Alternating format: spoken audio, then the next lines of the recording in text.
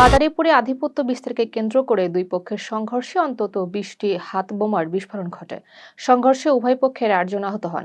4টি বসতবাড়ি ভাঙচুর করা হয়। পুলিশ ও সেনাবাহিনী গিয়ে পরিস্থিতি নিয়ন্ত্রণে আনে। ঘটনাটি নির্বাচনী নয় বলে জানিয়েছে পুলিশ। মৌলভীবাজারের শ্রীমঙ্গলের সর্বনিম্ন তাপমাত্রা নেমেছে 9.6 ডিগ্রিতে। মৃদু শৈত্যপ্রবাহে জনজীবন ব্যাহত হচ্ছে। শিশু ও বৃদ্ধরা সবচেয়ে বেশি ভোগান্তিতে পড়েছেন। চা শ্রমিকরা শীত উপেক্ষা করে কাজে যোগ দিলেও কষ্ট বাড়ছে। শীত বস্ত্রের অভাবের অভিযোগ রয়েছে।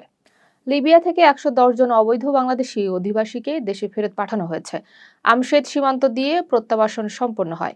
তাদের লিবিয়ার উপকূলে অবৈধভাবে দেশ ত্যাগের সময় আটক করা হয়েছিল। কয়েকজনের বিরুদ্ধে নিরাপত্তাজনিত নিষেধাজ্ঞা ছিল। অবৈধ অভিবাসন দমনের অংশ হিসেবে উদ্যোগ নেওয়া হয়েছে।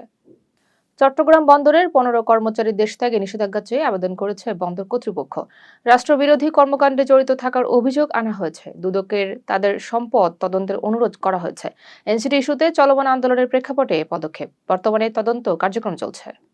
যমুনার সামনে বিক্ষোভে আইনশৃঙ্খলা বাহিনী গুলি চালায়নি বলে জানিয়েছে সরকার। সাউন্ড গ্রেনেড ও জলকামান ব্যবহার করে পরিস্থিতি নিয়ন্ত্রণ করা হয়। 23 জন আহত হয়ে চিকিৎসা নেন। কারো শরীরে গুলির আঘাত পাওয়া যায়নি। হত্যার বিচার জাতিসংঘের অধীনে তদন্তের বিষয় বিবেচনা হয়েছে।